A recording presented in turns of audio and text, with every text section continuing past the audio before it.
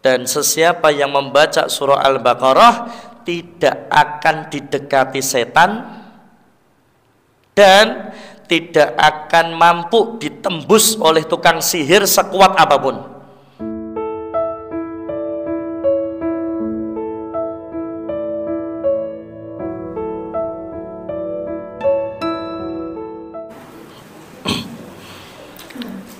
Bismillah. Assalamualaikum warahmatullahi wabarakatuh. Bismillah walhamdulillah, wassalatu wassalamu ala nabiyyina wa rasulina Muhammadin sallallahu alaihi wasallam wa ala alihi wa sahbihi wa man tabi'ahum bi ihsanin illa yaumiddin. Ya ayyuhalladzina amanu taqullaha haqqa tuqatih wa la tamutunna illa wa antum muslimun. Jamaah yang dirahmati Allah Subhanahu wa taala, alhamdulillahi rabbil alamin.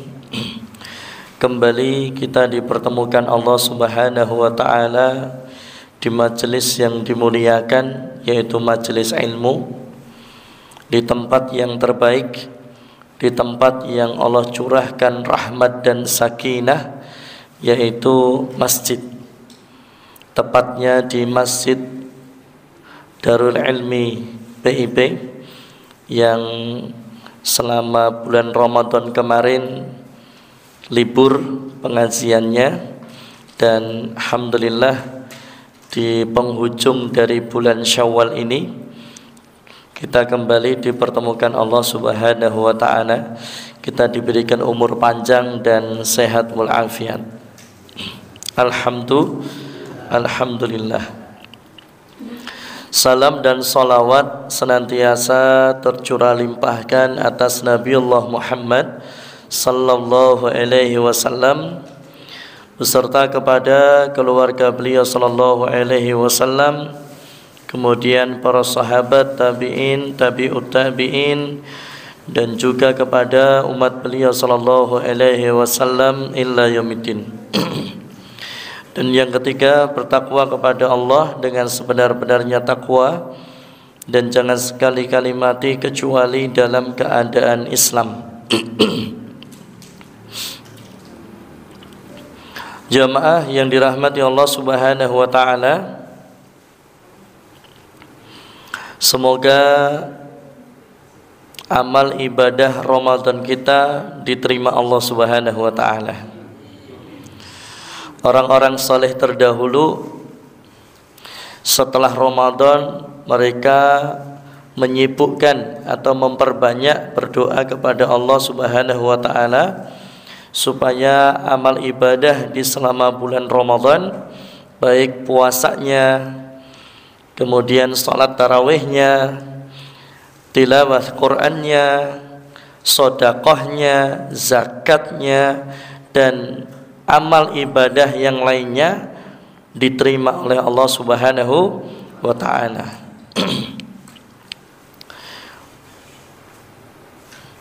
Kemudian hendaknya atau semoga Allah Subhanahu wa taala memberikan kepada kita kemudahan untuk istiqomah atau melanjutkan, meneruskan atas ibadah yang telah kita kerjakan di bulan Ramadan. Kita mulai di bulan Ramadan, kita biasakan di bulan Ramadan, untuk kemudian selanjutnya kita teruskan di bulan-bulan setelahnya. Ahabbul a'mal ilallahi ta'ala, amal yang dicintai oleh Allah Subhanahu wa ta'ala adalah amal yang dikerjakan secara kontinu, terus menerus. Orang Jawa bilang acek. Yang familiar kita dengar istiqomah, tetap berada di atas dinul Islam dan ketaatan kepadanya, kepada Allah Subhanahu wa taala, sampai kapan? sampai ajal, yang sehingga dengan itu insyaallah kita akan mendapatkan nikmat karunia husnul khatimah. Jamaah yang dirahmati Allah Subhanahu wa taala, termasuk diantaranya puasa. Makanya setelah Ramadan masuk di bulan Syawal, Allah Subhanahu wa taala melalui Nabi Muhammad sallallahu alaihi wasallam mensunnahkan ada puasa Syawal. Berapa hari? 6 hari. Jadi panjenengan yang kemarin sudah menyelesaikan puasa Ramadannya, kemudian setelahnya puasa 6 hari di bulan Syawal, maka berbahagialah. Kenapa? Beruntung kita. Rasulullah sallallahu alaihi wasallam mengkabarkan, sesiapa yang puasa Ramadan summa atsba'u sittan min Syawal, ya. Man shoma Ramadan summa atsba'u sittan min Syawal, kemudian diikutinya dengan puasa 6 hari di bulan Syawal, maka pahalanya tercatat kasyamid dahr, seakan seperti puasa selama 1 tahun penuh. Dan tidak ada puasa 1 tahun penuh, itu tidak ada, dan tidak akan ada yang kuat. Dan juga tidak boleh, karena puasa 1 bulan penuh itu ya hanya boleh di bulan Ramadan. Maka puasa selama 1 tahun penuh itu pada kenyataannya memang tidak mungkin, tidak ada, dan kita tidak mungkin bisa. Puasa Ramadan yang selama 1 bulan aja kita udah ngos-ngosan, ya. Itu aja alhamdulillah kita dibantu Allah. Dibantu apa? Satu, kita dibantu karena itu diwajibkan, ya. Sesuatu yang diwajibkan itu kan kita termotivasi untuk tidak mungkin meninggalkan, ya. Kita harus melaksanakan itu. Mau tidak mau, suka tidak suka. Ya ayyuhalladzina amanu kutiba alaikumusiyam kama kutiba alal ladzina min qablikum la'allakum tattaqun. Sampai nanti ayat ke-185-nya, ya, kalau kamu temui Ramadan falyasumhu, maka berpuasalah. Jadi alhamdulillah kita ditolong sama Allah nih. Ramadan itu puasanya terasa ringan karena wajib, ya. Coba kalau sunnah, betapa banyak orang yang akan meninggalkan walaupun sunnah muakkadah, ya. Coba dilihat sholat tarawih. Sholat tarawih itu kan sunnah muakkadah. Maka 10 hari pertama full. Begitu 10 hari kedua, jamaah mengalami kemajuan. Yang maju apanya? Softnya. 10 hari ketiga, sudah, ya. Entah kemana, ya. Entah kemana, sedang apa, lagi bersama siapa. Kenapa? Karena sholat tarawih ini sunnah muakkadah. Anggapannya orang itu kalau sunnah dilaksanakan dapat pahala, kalau nggak dilaksanakan nggak apa-apa, kan itu, ya. Karena nggak berdosa. Akhirnya bermudah-mudah untuk meninggalkan sunnah. Tapi kalau itu diwajibkan, maka kita akan serasa tertuntut, terbebani untuk melakukan, terbebani untuk mengerjakan, ya. Bahkan kalau terlewat 1 hari, seperti ibu-ibu karena haid, ya, atau karena sakit berat yang sehingga tidak memungkinkan puasa, dokter pun juga tidak merekomendasikan untuk puasa, maka karena itu wajib harus diqadha. Ya, setelah Ramadan harus diqadha. Nah, Allah menolong kita karena ini wajib. Yang kedua, futihat abwabul jannah wa ghaliqat abwabun nar wa suffidatis syayatin. Kita dibantu Allah Karena di bulan Ramadan pintu surganya dibuka, pintu neraka ditutup, dan setannya dibelenggu. Jadi kita serasa ringan, bersemangat untuk melaksanakan berbagai macam ibadah dan memperbanyak amal soleh di bulan Ramadan. Begitu Ramadan selesai, wah setannya udah ucul, Pak. Begitu setannya udah ucul, poso 6 dino tok rasanya wabut banget. Betul ya? Padahal Ramadan puasa sebulan penuh kuat loh. Begitu Syawal hanya puasa 6 hari, rasanya kok ya apa tenan ya. Ya. Apalagi pasukan berani mati takut lapar. Ya. Pasukan berani mati takut lapar ya. Nah jamaah yang dirahmati Allah Subhanahu wa taala, maka Syawal supaya bisa meneruskan puasa di bulan Ramadan, Syawal ada 6 hari. Terus nanti setelah itu ada puasa Ayyamul Bid, ada puasa Senin Kemis, ada puasa Daud ya. Ini dalam rangka menjaga keberlanjutan amal dan ibadah kita di bulan Ramadan, walaupun secara jumlah atau kuantitas lebih sedikit tentunya ya. Kemudian sholat tarawih ya, setelah Ramadan nggak ketang sholat malam selama 1 bulan berapa kali ya, minimal sebelum tidur sholat witir ya, minimal sebelum tidur sholat witir. Witir yang penting rokaatnya ganjil, boleh 3, 1 boleh enggak? Boleh, lo enak toh. 1 rokaat masa berat? Sebelum tidur lah 1 atau 3 rokaat. Syarat atau rukun dalam sholat itu baca surah apa? Al-Fatihah. Kalau enggak baca surah yang lain boleh enggak? Boleh. Sah enggak? Sah. Oh bayangkan cuman 1 rakaat bacanya cuman Fatihah tok. Sah. Oh Masya Allah. Enak toh ya? Enak. Yang penting keberlanjutannya, yang penting rutin dia kerjakan. Nanti kalau sudah rutin itu biasanya Allah akan mudahkan kita untuk melakukan ibadah yang lebih banyak. Kalau sudah rutin ya, kalau sudah rutin misalkan qiyamul lail, oh ternyata berat, mampunya sholat witir sebelum tidur, ya wis tidak apa-apa, itu dulu dia kerjakan.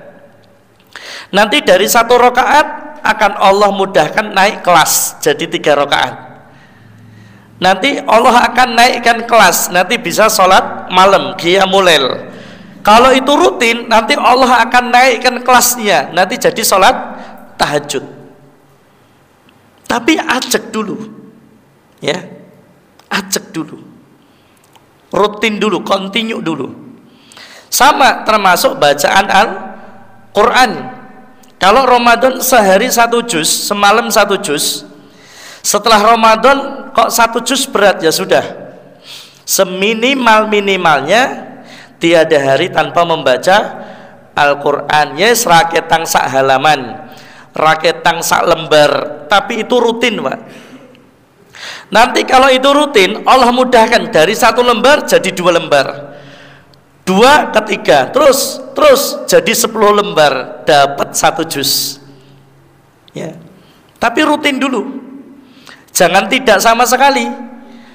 Ojo mandegrek, ojo prai ya, tiada hari tanpa baca Quran ya. Jadi ketika capek sekali, betul-betul capek, ngantuk sehari, ya wis lah baca sak mampu-mampunya ya, semampu-mampunya. Tapi jangan sampai tidak membaca Al-Quran dalam 1 hari itu. Di luar sholat loh ya, di luar sholat. Buka mushaf ya. Dan jamaah yang dirahmati Allah Subhanahu wa taala, maka pada malam hari ini ada kaitannya dengan itu.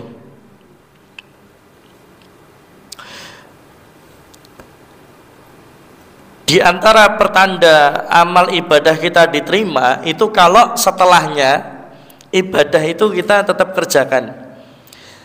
Di antara pertanda amal ibadah kita ini diterima, kalau selanjutnya, kalau kemudiannya dia tetap bisa melakukan amal dan ibadah tersebut. Maka pertanda amal ibadah Ramadan kita diterima kalau setelah Ramadan kita tetap bisa beramal dan tetap beribadah. Maka itu salah satu pertanda ibadah kita di bulan Ramadan diterima. Tapi kalau Ramadan ibadah setelah Ramadan mandegrek, maka dikhawatirkan amal ibadahnya di bulan Ramadan tidak diterima Allah Subhanahu wa taala. Ini ciri, ini pertanda, ya. Maka setelah Ramadan jangan mandegrek, terus lanjutkan. Ya, ini dalam rangka apa? Usaha ikhtiar kita supaya kemudian amal ibadah kita di bulan Ramadan diterima Allah Subhanahu wa taala. Selain daripada doa, jelas kalau doa wajib, harus, ya. Nah, termasuk dari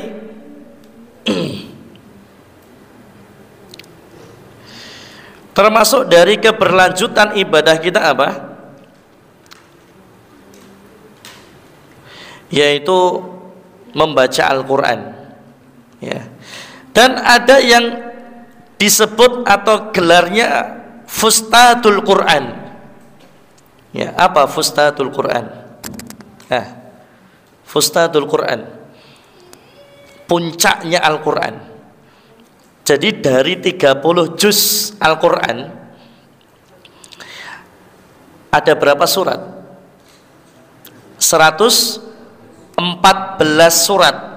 30 juz Al-Quran itu ada yang paling puncaknya, surat yang paling terbaik berada di puncaknya.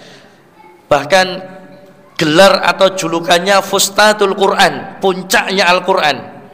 Surat apa kira-kira?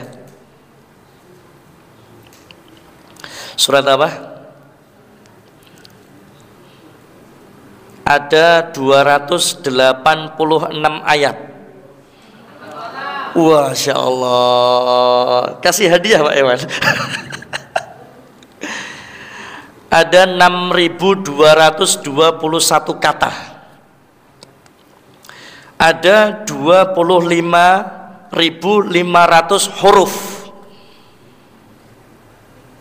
Surah Al-Baqarah, Fustatul Quran. Itu puncaknya Al-Quran. Juz yang paling banyak dalam Al-Quran. Berapa juz? 2,5 juz.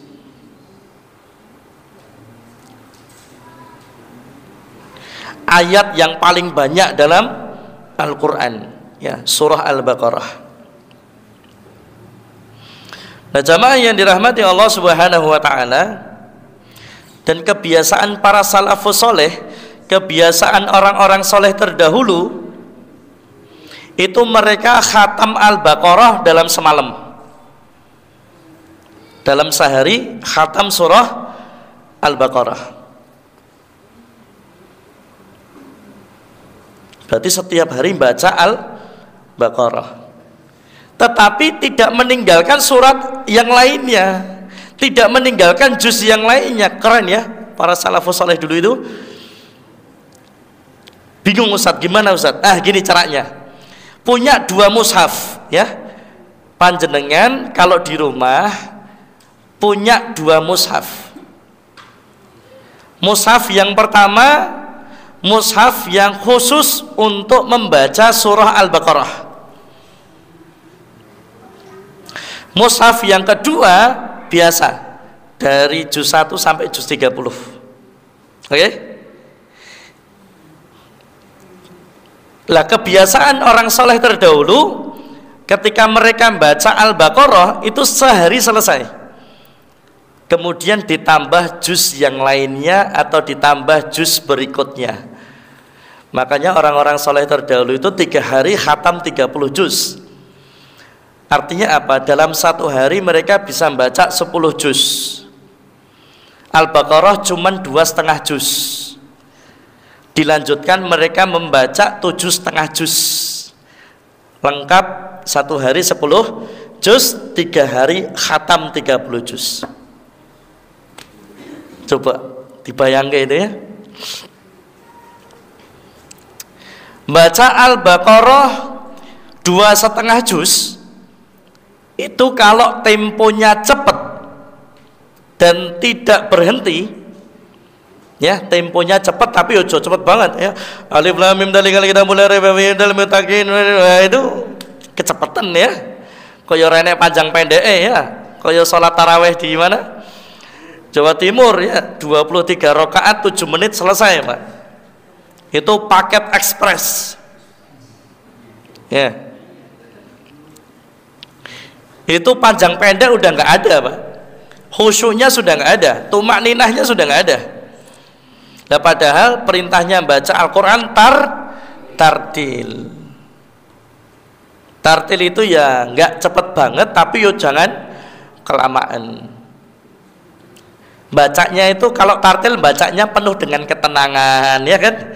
Khusyuk, tidak terburu-buru, tidak tergesa-gesa. Lah kalau temponya seperti itu, tartil, bacanya tartil, insya Allah Al-Baqarah selesai dalam 2 sampai 2,5 jam. 2 sampai 2,5 jam. Itu kalau bacanya tartil. Tapi kalau bacanya sambil, waduh, tenggorokan kering nih, ngopi dulu ya.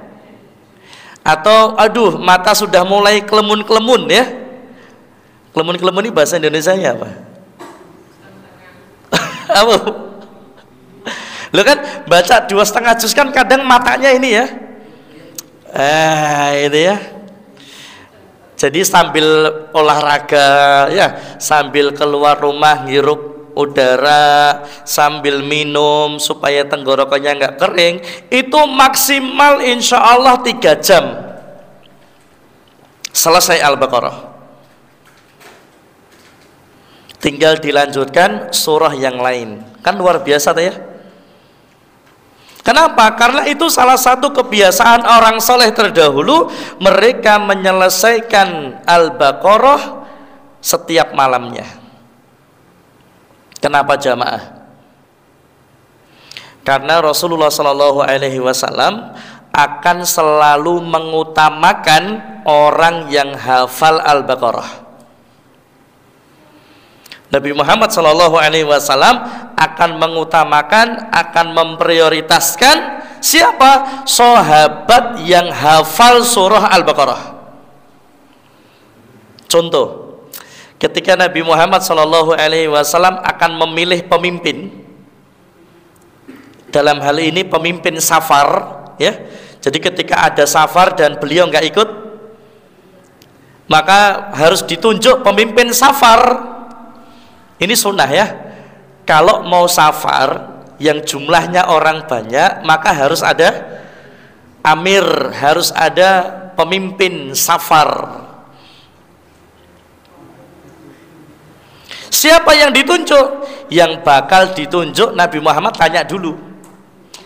Siapa kalian yang safar ya? Siapa kalian yang hafal Al-Baqarah? Maka itu yang akan dijadikan pemimpin. Ketika perang jihad fisabilillah, kan muslimin ada yang meninggal toh ya? Yang meninggalkan nggak cuma satu, kadang yang meninggal banyak. Dan mereka harus dikuburkan. Maka Rasulullah SAW akan ngecek tuh siapa sahabat yang meninggal, kemudian dari mereka ini siapa yang hafal Al-Baqarah, maka dia yang akan dimasukkan pertama kali dan akan paling dekat dengan kiblat. Siapa orang yang atau sahabat yang hafal surah Al-Baqarah. Jadi Al-Baqarah ini bukan kaleng-kaleng ya. Makanya sampai disebutkan ini fustatul Quran, ini puncaknya Al-Quran, yaitu surah Al-Baqarah. Rasulullah mengutamakan untuk jadi pemimpin, dia harus hafal surah Al-Baqarah. Dan ketika meninggalnya yang harus dikubur berbareng dengan jenazah para sahabat syuhada yang lain, maka yang paling depan, yang paling dekat dengan arah kiblat adalah yang hafal surah Al-Baqarah. Ayo teman-teman, ya. Makanya saya mau cetak mushaf Al-Baqarah. Saya mau bikin gerakan membaca dan menghafal surah Al-Baqarah. Kita mau cetak 1000 eksemplar. Ya, dananya dari mana? Ya, dananya dari donatur. Siapa yang kepingin dapat pahala dari tadi bacaan surah Al-Baqarah atau hafalan surah Al-Baqarah, ayo satu mushaf cuma 30.000. Jadi itu Al-Baqarah plus keutamaan dan khasiatnya atau manfaatnya. Satu mushaf cuma 30.000. Cetaknya 1000 eksemplar, berarti dibutuhkan 30 juta. Siapa yang kepingin dapat pahala jariyah dari Al-Baqarah, maka ayo berlomba-lomba. Jadi saya bikin gerakan membaca dan menghafalkan surah Al-Baqarah. Kalau ada yang Ustadz, saya kepingin menghafalkan Al-Quran, selalu saya sampaikan hafalah dari Al-Baqarah dulu. Ya. Kalau tidak ada keperluan, ya, kalau tidak ada keperluan menghafalkan juz 30, kan orang sekolah, anak-anak sekolah, santri kan mesti dimulai dari juz 30, 29, 28, baru Al-Baqarah juz 1. Biasanya kalau di pondok pesantren gitu, Pak. Juz 30, 29, 28, baru kemudian juz 1 masuk Al-Baqarah. Tapi kalau tidak ada kepentingan itu, ya, kalau tidak ada kepentingan itu, maka hafalkan mulai dari surah Al-Baqarah. Jadi kita punya cita-cita nanti nyawa kita dicabut menghadap Allah itu hanya dengan membawa minimal hafalan surah Al-Baqarah. Kenapa? Itu puncaknya Al-Quran, fustatul Quran. Ada kisah, Bu, ada orang yang, ini saya baru nulis bukunya ini. Kalau yang terapi ruqyah mandiri saya sudah nulis, sudah cetak, ya. Alhamdulillah sudah ratusan. Ya.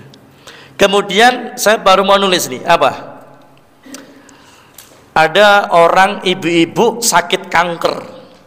Ibu-ibu sakit kanker, sudah stadium 4. Yakin enggak bahwasanya Quran itu sebagai penyembuh? Wa nunazzilu minal Qur'an ma huwa syifa' wa rahmatul lil mu'minin wa la yazidud dhalimina illa khasara.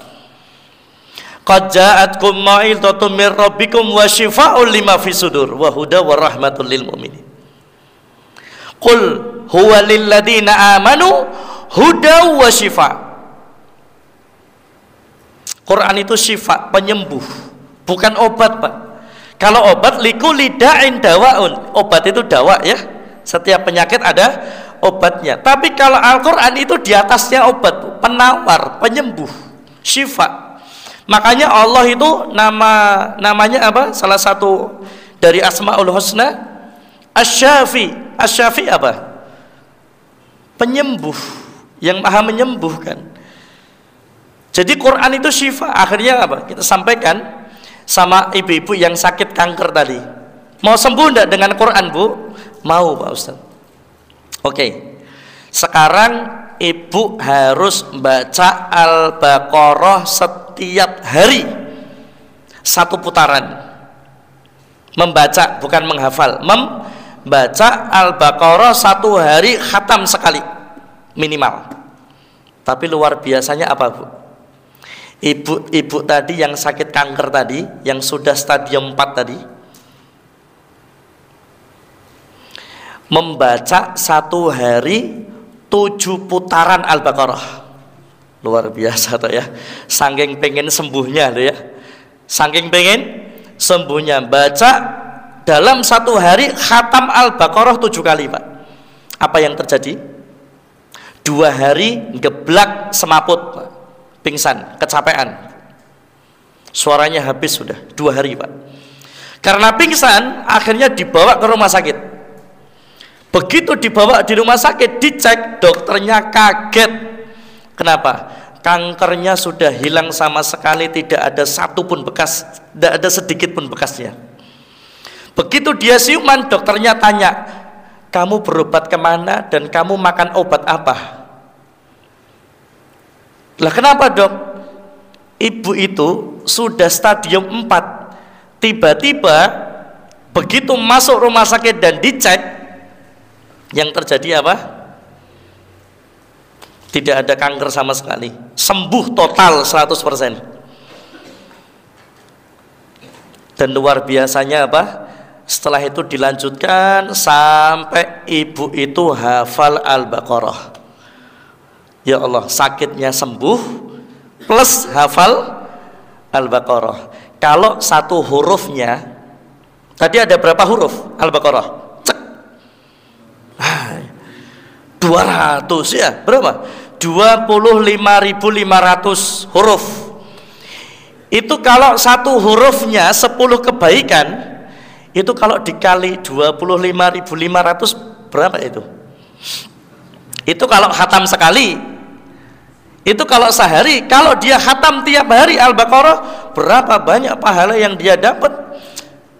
Plus dia sembuh dari sakitnya. Ini namanya terapi Al-Baqarah. Makanya saya punya madu, namanya Futuhat Madu Ruqyah. Itu sudah saya bacakan Al-Baqarah full, bukan dari speaker. Ya, bukan dari speaker, tapi apa? Langsung saya bacakan surah Al-Baqarah full. Jadi madunya botol besar. Lah nek Al-Baqarah madu botol kecil eman-eman to ya. Ngentek kayak abab ya. Jadi madunya besar. Itu kami sudah bacakan surah Al-Baqarah full, langsung saya bacakan. Bukan lewat speaker.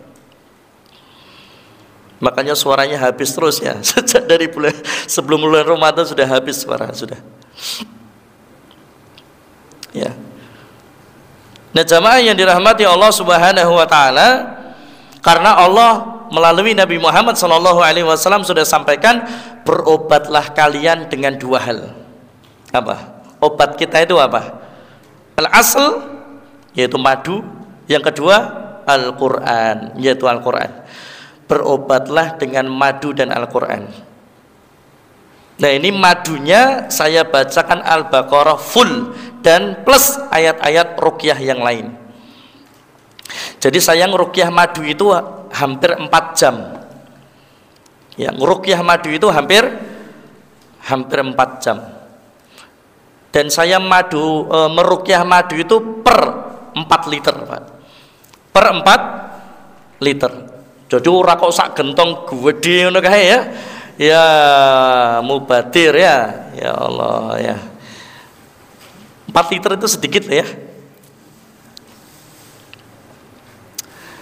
Nah, jamaah yang dirahmati Allah Subhanahu wa taala, ternyata banyak sekali kisah orang yang sembuh itu hanya dengan menghatamkan Al-Baqarah dalam satu hari minimal sekali saja.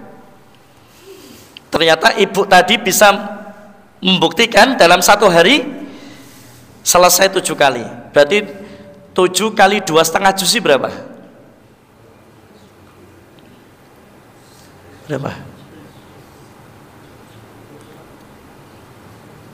7 kali 2,5. 11,5. Bayangkan satu hari baca 11,5 juz. Keren ya. Ternyata bisa toh. Kenapa bisa? Punya niat, punya tekad. Apalagi yang sudah pensiun, waktunya lebih panjang. Luar biasa. Berat atau ringan? Yang menjadi berat itu kalau kita membaca, loh kok masih banyak, nih kapan selesainya? Ya bikin berat itu, Pak. Jangan tanya kapan selesainya, kapan mulainya.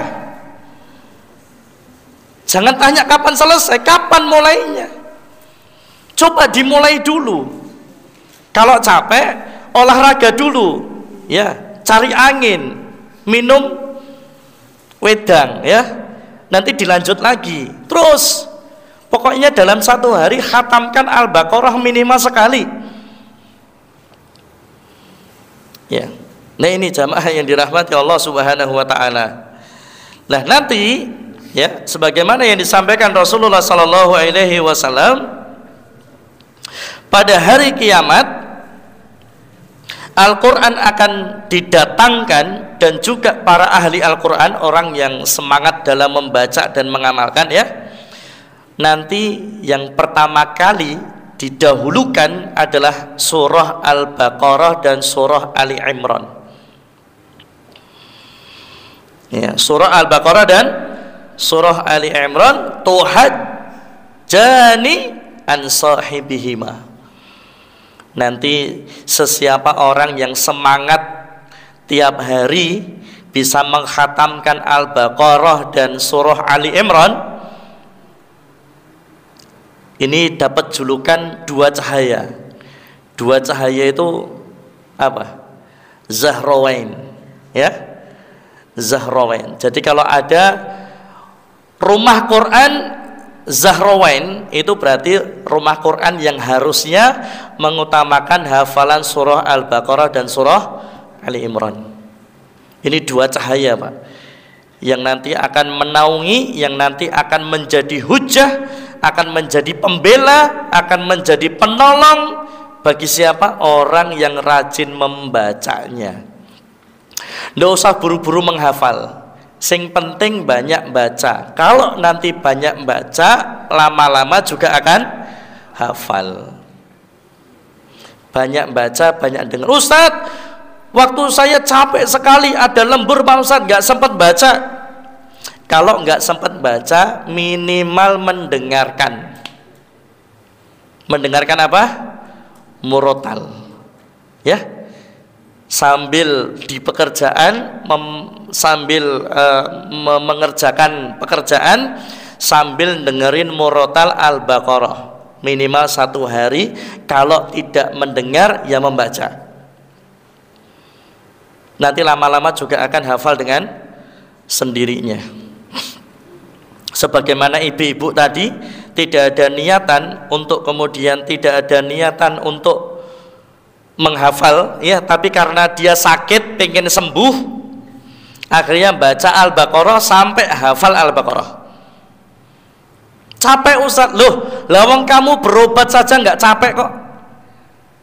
Kamu berobat berapa tahun nggak capek, ngeluarin uang berapa banyak kok nggak eman. Baca Al-Baqarah gratis, cuman butuh niat dan tekad.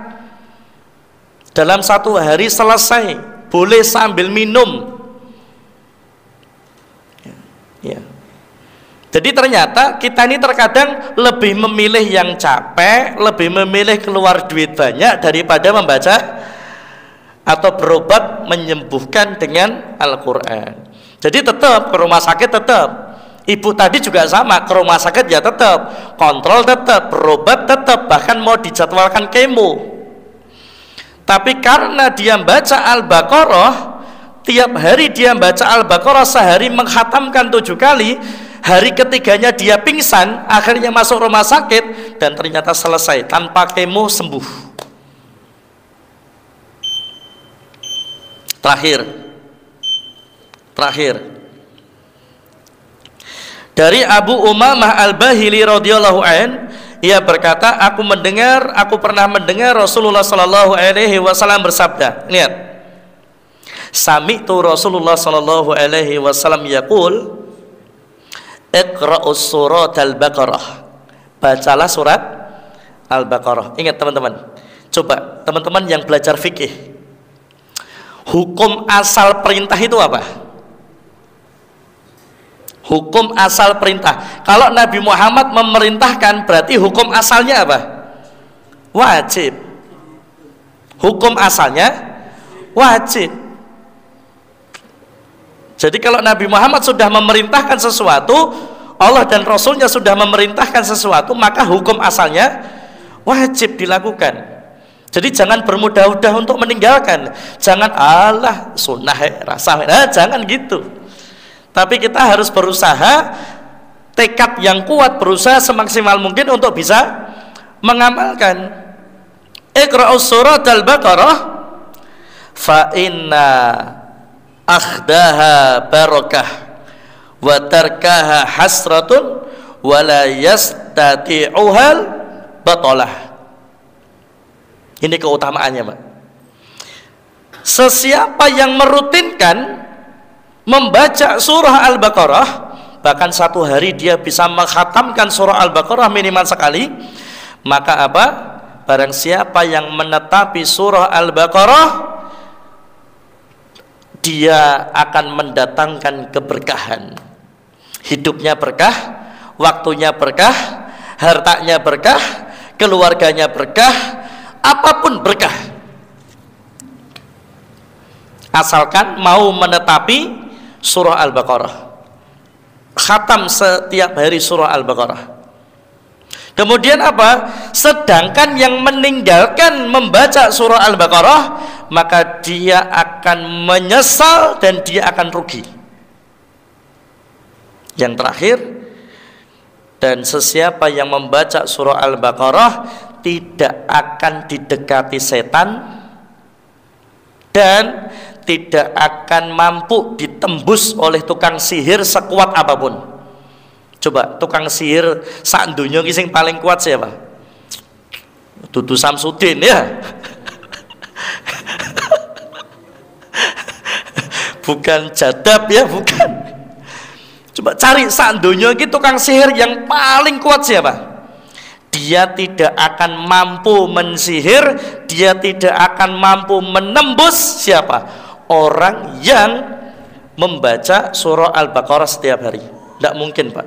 Tidak mungkin bisa ditembus, dan dia tidak akan didekati oleh setan. Kalau rumahnya ada setan, setannya akan keluar. Dan setan yang dari luar tidak akan mungkin bisa masuk ke rumahnya. Kenapa? Karena ada Al-Baqarah, Pak. Al-Baqarah itu cahaya, Pak. Cahaya yang akan melindungi. Terakhir, penutup. Ada tukang sihir yang sudah tobat, perempuan. Ini tukang sihir yang kelas kakap, Pak. Orang kelas lele ya, apa meneh kelas bedol ya. Di luar negeri, dari luar negeri. Saya namanya lupa siapa. Nanti ditulis saja di YouTube. Tukang sihir perempuan. Kalau nggak salah ini dari Amerika. Dia sudah tobat dari tukang sihir, Pak. Akhirnya dia membuka rahasia-rahasia sihir. Dia mengatakan apa? Dia sangat kesusahan ketika berusaha untuk mengirim sihir atau santet kepada salah satunya seorang muslim. Yang kedua, orang yang rajin ibadahnya, berarti orang beriman. Itu sangat susah ditembus sihir, Pak. Jadi sihirnya balik lagi ke tukang dukunnya.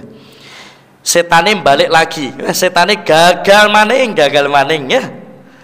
Ya, tapi bagi orang yang wis gak pernah ibadah, lost doll ya, wah setannya blas blus ya, wis konco dhewe ya, ini ya. Ini jamaah yang dirahmati Allah Subhanahu Wa Taala. Yuk, jadi semoga Allah mudahkan ya. Kami ingin mencetak mushaf Al-Baqarah. Sesiapa yang kepengen dapat pahala jariah silahkan.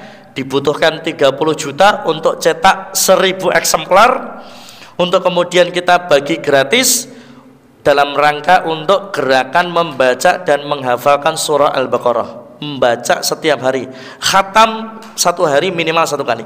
Bisa enggak? Bisa, asalkan punya tekad, punya niat. Dan kalau nanti dapat waktunya berkah, kalau waktu berkah, makanya sahabat sehari bisa 10 juz. Kenapa? Waktunya berkah. Padahal mereka ya kerja, ya dakwah, ya jihad, mereka istrinya banyak. Istrinya lebih dari 1, Pak. Tapi setiap hari bisa 10 juz. Lah kita istrinya cuma 1. Pekerjaannya ya nggak terlalu berat, apa meneh jihad ya ora tahu kan itu ya. Banyak waktu longgar ya sebetulnya, harusnya lebih bisa. Ini soal keberkahan waktu, ini soal niat dan tekad yang kuat. Subhanakallahumma wa bihamdika asyhadu an la ilaha illa anta astaghfiruka wa atubu ilaik. Kita doakan para muhsinin, para donatur yang sudah mensupport program dakwah, termasuk dari program buka puasa bersama. Yuk kita aminkan, kita doakan Alhamdulillahirabbil alamin. Allahumma shalli wa sallim ala nabiyyina Muhammad wa ala ali nabiyyina Muhammad wa ala alihi wa sahbihi wa man tabi'ahum bi ihsanin illa yaumiddin. Alhamdulillahirabbil alamin. Rabbana zalamna anfusana wa illam taghfir lana wa tarhamna lanakunanna minal khasirin. Allahumma innaka afuwun tuhibbul afwa fa'fu 'anna. Allahumma ighfir lil muslimina wal muslimat, mu'minina wal mu'minat. Ya Allah, kami mohonkan doa teruntuk Bapak Ibu donatur Masjid Darul Ilmi, para muhsinin takmir Masjid Darul Ilmi, Bapak Krisna dan keluarga, Ibu Eka Widiawati binti Priyono dan keluarga. Semoga Allah Subhanahu wa taala menerima dari amal sedekah dan infaknya. Semoga Allah gantikan dengan ganti yang lebih baik, rizki yang melimpah, rizki yang halal dan thayyibah lagi berkah. Semoga Allah Subhanahu wa taala senantiasa menjaga dan melindungi keluarganya. Semoga keluarganya sakinah mawaddah warahmah, dijauhkan dari segala keburukan. Semoga putra-putrinya salih dan salihah.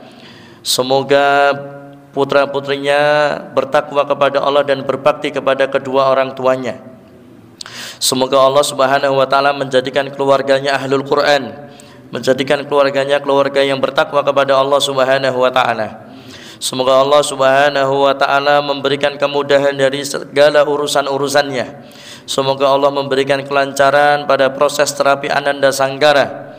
Semoga Allah sembuhkan. Semoga Allah jadikan keluarganya, berikan keluarganya sehat walafiat. Semoga mendapatkan kesehatan dan kesembuhan yang terbaik, menjadi anak yang soleh dan berbakti kepada kedua orang tuanya. Semoga Ibu Eka Widiawati diberikan kelancaran dalam setiap urusan dan pekerjaannya. Semoga Allah mudahkan setiap urusan-urusannya, Allah kabulkan hajat keinginan dan harapan cita-citanya. Semoga Allah Subhanahu wa taala melimpahkan rahmat dan berkahnya. Allah melimpahkan rizki yang halal dan thayyib lagi berkah. Semoga Allah senantiasa menjaga dan melindunginya dari segala keburukan. Semoga Allah Subhanahu wa taala memberikan kemudahan, kelancaran kepada Ananda Hafiatar untuk bisa mengerjakan ujian dengan baik, mendapatkan nilai hasil yang terbaik. Semoga Allah Subhanahu wa taala melancarkan, memudahkan urusan pendidikannya. Semoga Allah jadikan anak yang saleh. Semoga Allah jadikan anak ahlul Quran. Semoga Allah Subhanahu wa taala jadikan Ananda sebagai penghafal Al-Quran. Semoga Allah mudahkan Ananda faqih fid din, dan semoga Allah Subhanahu wa taala lancarkan, mudahkan untuk bisa menghafalkan Al-Quran 30 juz. Rabbana atina fid dunya hasanah wa fil akhirati hasanah wa qina adzabannar wa qina adzabannar wa qina adzabannar walhamdulillahi rabbil alamin. Al-Fatihah. A'udzu billahi minasyaitonir rajim. Bismillahirrahmanirrahim. Alhamdulillahi rabbil alamin arrahmanir rahim maliki yaumiddin. Iyyaka na'budu wa iyyaka nasta'in. Ihdinas siratal mustaqim. Siratal ladzina an'amta 'alaihim ghairil maghdubi 'alaihim waladdallin. Amin. Assalamualaikum warahmatullahi wabarakatuh.